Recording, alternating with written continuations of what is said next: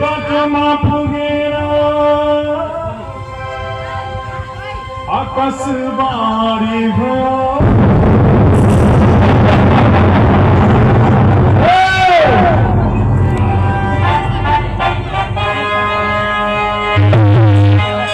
अब कंसले के सोच्यो भने वसुदेवजी भन्दैन त हे दाजु हे कंसमा